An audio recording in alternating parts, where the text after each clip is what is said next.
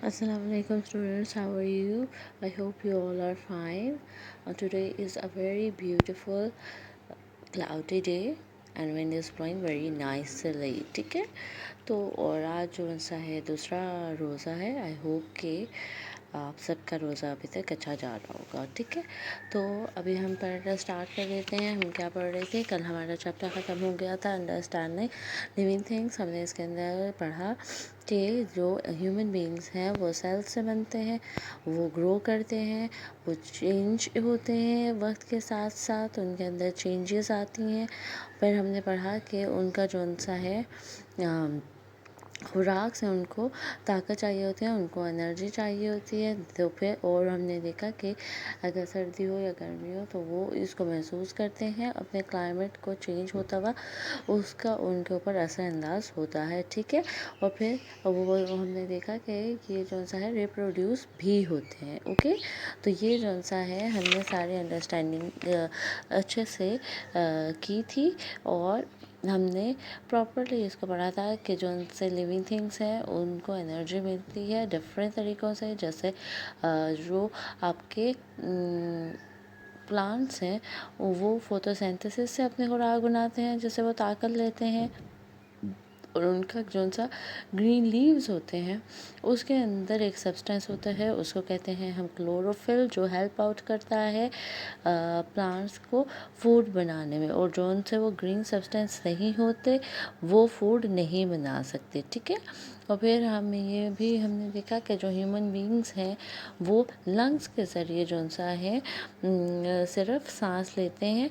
और हमारे जो एनिमल्स हैं उनके अंदर डिफरेंट तरीके होते हैं. जैसे मैमल्स जो है वो सांस ब्रीद इन ब्रीद आउट करते हैं. आपके जो से डिफरेंट एनिमल्स दूसरे एनिमल्स होते हैं जैसे इंसेक्ट्स हो गए, टाइनी इंसेक्ट्स, बटरफ्लाई वगैरह, वो अपने फिलर्स से जो सा है सॉरी वो अपने स्पायरल से जो सा है लेते हैं सांस वगैरह. ठीक है, और जो उनसे आपके फिशेस वगैरह हैं उनके गिल्स होते हैं. ओके, तो ये डिफरेंट चीज़ें हैं जो हमने पढ़ी थी.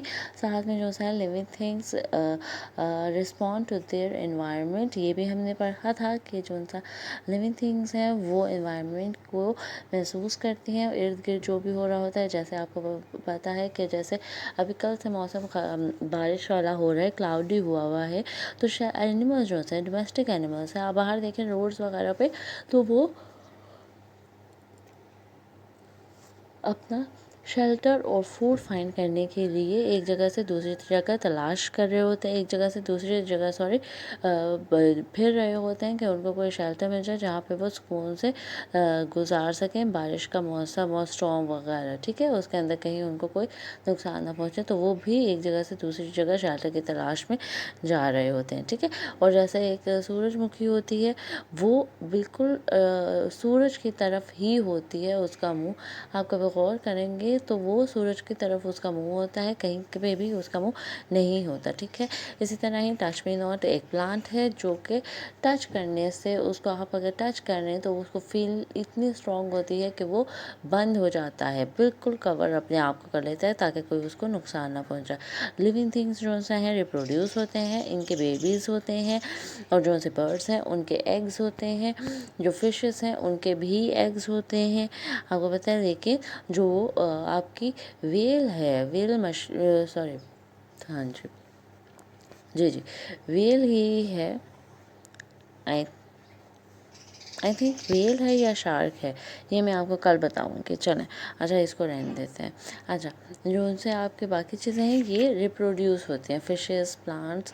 ये प्लांट्स जैसे रिप्रोड्यूस होते हैं, अब वो सीड से जो सा है पहले ट्री में कन्वर्ट होते हैं, फिर पॉलिनेशन के ज़रिए उनके कोई भी पत्ता या फूल या कोई बीज जो सा है जो उनके ऊपर फ्लावर पे लगा होता है वो इधर से उधर विंड के ज़रिए डिस्पर्स हो जाता है, दूसरी जगह चला जाता है और वहाँ पे वो ग्रो कर जाता है. तो इस तरह से ये भी रिप्रोड्यूस होते हैं. ठीक है, अब हम आ जाते हैं, आज हमने इसकी करनी है एक्सरसाइज.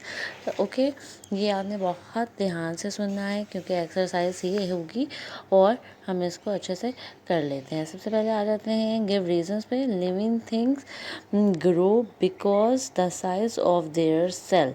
ठीक है। ये जौन सा है इसमें है क्वेश्चन कि ए पार्ट है कि जो से लिविंग बींग्स हैं वो बढ़ते हैं अपने सेल की वजह से, तो ये रॉन्ग है। नो, वो सेल की वजह से नहीं बढ़ते। नो बिकॉज, रीज़न होगा no because living things grow when number of cells is increases.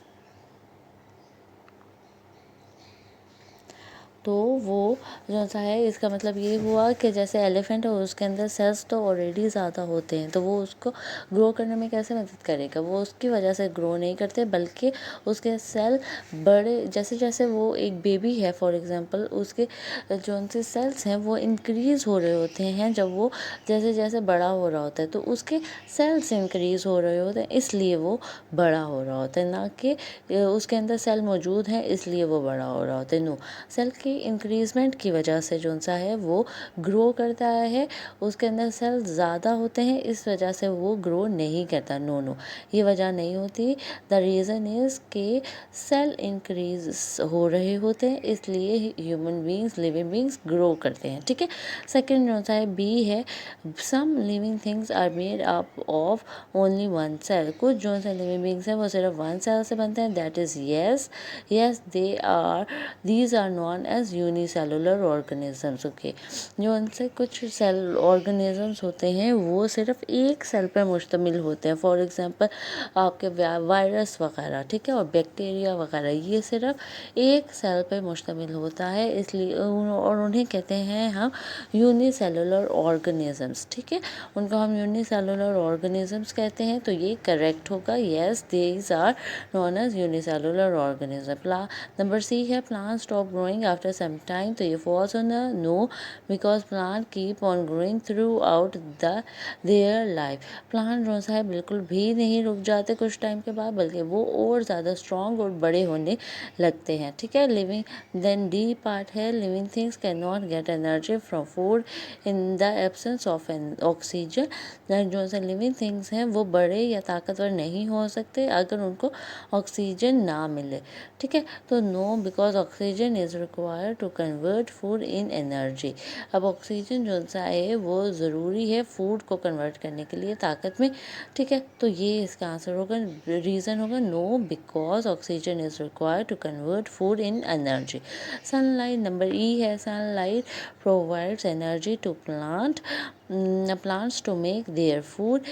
ये करेक्ट होगा। Yes, because sun energy is important to make food. Okay, इस तरह से ये आपने करना है। द नेम दीज है, these are the building blocks of all living thing. ये यहाँ पे आएगा सेल्स। इसका मतलब ये है कि बिल्डिंग ब्लॉक करने में, यानी कि एक चीज़, एक लिविंग बीइंग को बनाने में जो सा क्या चीज़ ज़रूरी होती है वो होती है सेल। ठीक है। Your friends who is bigger than you has more of them cells. जैसे कि आपके कुछ वो कह रहा है कि कुछ जल्दी बड़े हो जाते हैं बच्चे, कुछ एक ही क्लास में कुछ बच्चे जल्दी कद निकाल लेते हैं, कुछ नहीं, देर से निकालते हैं कद। तो जो जल्दी निकाल लेते हैं इसका मतलब ये है कि उनके अंदर सेल्स ज़्यादा हैं, तो वो कह रहा है, तो उनके अंदर क्या चीज़ ज़्यादा होती है? उनके अंदर सेल्स ज़्यादा होते हैं। ठीक है। The gas given out by the cells on converting food to energy, that is carbon di, जो सा गैस है सेल्स को कन्वर्ट करती है, वो कौन सी गैस है जो हमारी हेल्प करती है खुराक को ताकत में कन्वर्ट करने में? तो वो होगी carbon dioxide. Okay, they observe oxygen dissolve in air. ये चीज़ जो सा है डिज़ोल्व हो जाती है oxygen, they observe oxygen dissolve in air. वो जो से ये भी जो से हैं जो ऑक्सीजन को हासिल करते हैं जो हवा में मौजूद होती है, दे आर एनिमल्स। ठीक है, एनिमल्स भी ऑक्सीजन से ज़िंदा रहते हैं। It consist of everything around you. ये जो सा हर जगह मौजूद होती है, दैट इज़ इन्वायरमेंट। इन्वायरमेंट हमारे हर जगह मौजूद होती है। ठीक है, यहाँ तक आपने करना है। और फिर है आगे, how do plants and animals differ in.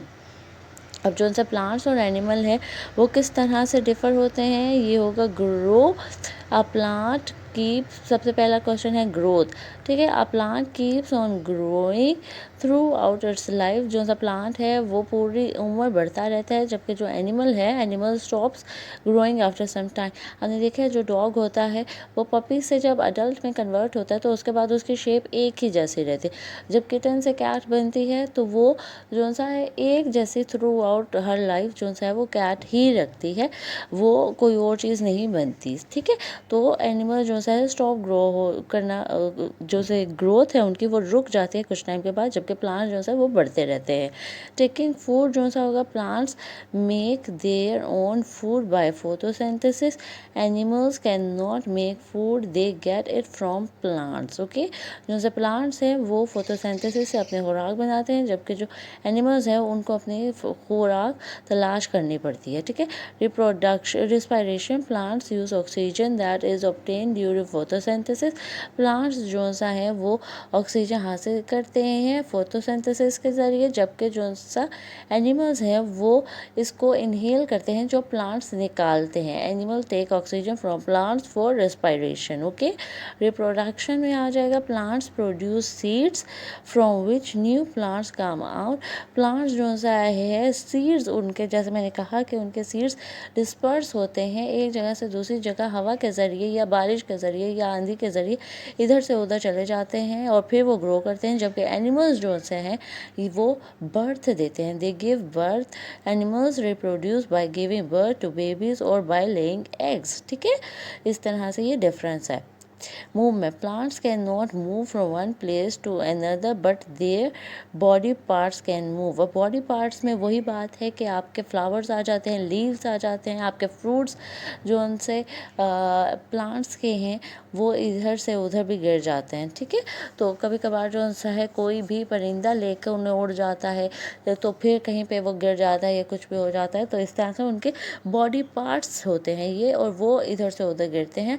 Plants खुद जो सा है उसकी स्टेप जो सा है वो मूव नहीं करती, ठीक है। Animals can move easily from one place to another, अब जो सा एनिमल्स है वो एक जगह से दूसरी जगह जबकि बड़े आराम से चल फिर सकते हैं। Give examples of a plant responding to its environment, अब जो से है हमने एक प्लांट का नाम बताना है और उसकी एग्जाम्पल देनी है जो बड़े आराम से रिस्पॉन्स करता है अपने इर्द गिर्द के एरिया को, दैट इज आंसर होगा touch me not, plant is such an example, when this plant is touched by something its leaves sense that change and close immediately, immediately का मतलब होता है फौरन से। Closing of leaves is a response to environment, ठीक है।